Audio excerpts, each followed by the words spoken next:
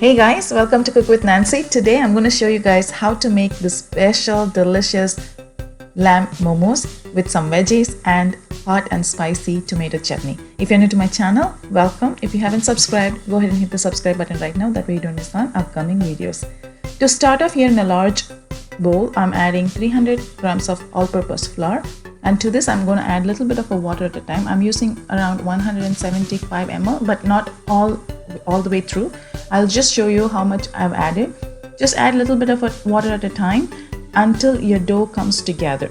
Now, you want to knead the dough nice and stiff. It should not be very liquidy, which is sticky, or it should not be very hard. So I've actually added just less than 175 ml. So just make sure you add just a little bit of water at a time. Now, when you see there is no crack when you roll it, that's when you can go ahead and rest them. Or if there is a cracks, just go ahead and knead for some more time. Now, while that is resting, here I'm going to prepare the filling. Here I have 1 pound of ground lamb. You can add beef, you can add pork, whatever you prefer, or chicken. And to this I'm adding 2 or 3 sticks of celery that I've chopped them finely. Just make sure everything that you add is finely chopped. 2 green onions, green part and white part, finely chopped. 1 tablespoon ginger, finely chopped as well. Go ahead and add that. And to this I'm also adding 1/8 of a cup cilantro, which is a handful of cilantro, finely chopped again. Here I have 1 large carrot. If you're adding a carrot and it has more of a moist, just make sure you squeeze them out. Since it doesn't have too much of moist in my carrot, I'm going to add the whole thing. 1 to 2 teaspoon of a salt, or as needed. 1 teaspoon cumin seeds. Cumin seeds gives this great flavor when it is cooked and releases the oil. 2 tablespoon oil. I'm using olive oil. You can use regular vegetable oil. 2 tablespoon of soy sauce. I'm using light soy sauce. And to this I'm also adding 1 large onion that is finely chopped. Just make sure your onions are finely chopped as well. Now I'm using white onion. You can definitely use a red onion as well.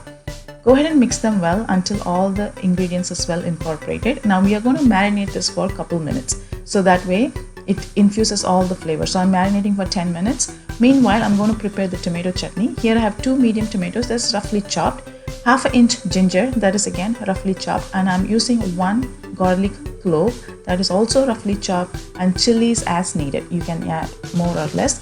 Here I have handful of cilantro. Most of the stem I'm using because this gives great flavor for the chutney, and also 1 green onion. Go ahead and add them and ground them coarsely without adding any water. I forgot to add the salt, so I'm going to just add the salt now and then mix it once again and coarsely ground it and transfer into a bowl and set it aside in a refrigerator, or even room temperature would work great. Now I've added sprinkled some flour, and go ahead and knead the dough once again until it's nice and soft, and rest it while we prepare the plate, that is the momo plate. Here I'm going to use the momo plates. I have 4 layers.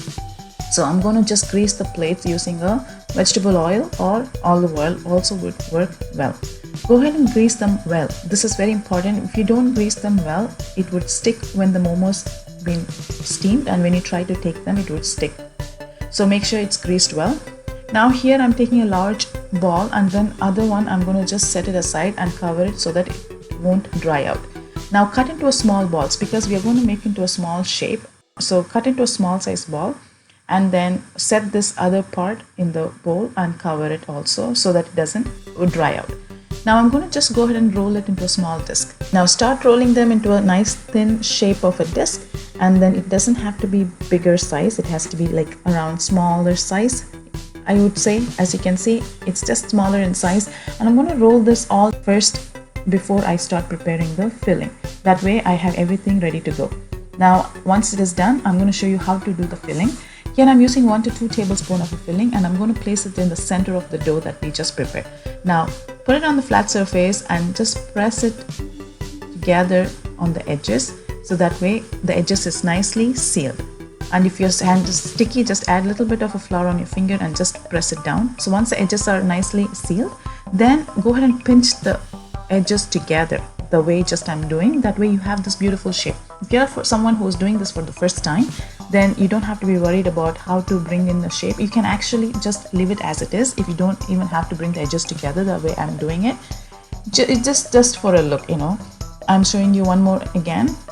What you do, basically bring this together, press the edges close towards the meat, so then your edges are nicely sealed, and bring two pots together just by pressing them against each other, and that way you have this beautiful shape, beautiful design. That's all it is. And continue to do this with the rest of the dough that you have. And I'm going to show you, if you're good at bringing them together with your hand without using the flat surface, I will show you another method. You just bring the edges first together, seal them together, and then put your one finger in the center of the dough and then just press them against each other, just like a frill, you know, just press them against each other.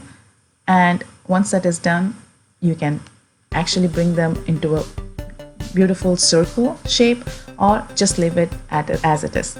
Now I'm going to place the momos onto the plate, that greased plate. And now in meanwhile, I'm also boiling the water in the pot. So you want to make sure the water is just enough, not too much of a water. You just want enough of a water depending on your pot size. Just bring them to a boil, and then once the water is nice and to a boiling point, then I'm going to place my momos in the steamer and cook by covering for 15 minutes. Time is very crucial. You don't want to cook anything less than 15 minutes or more than 15 minutes. Less than 15 minutes would be undercooked. More than 15 minutes would be tough dough. So you don't want either of that. You don't want chewy texture of momos. So once that 15 minutes is over, remove the lid and let it sit for the meat and the dough to settle down. It kind of will sink in and then retain all the juices. And once that is done, you can serve them warm, hot, with the choice of your chutney. I hope you enjoy watching this video. If you have any questions, let me know. I will see you soon in my next video. Till then, take care guys. Bye.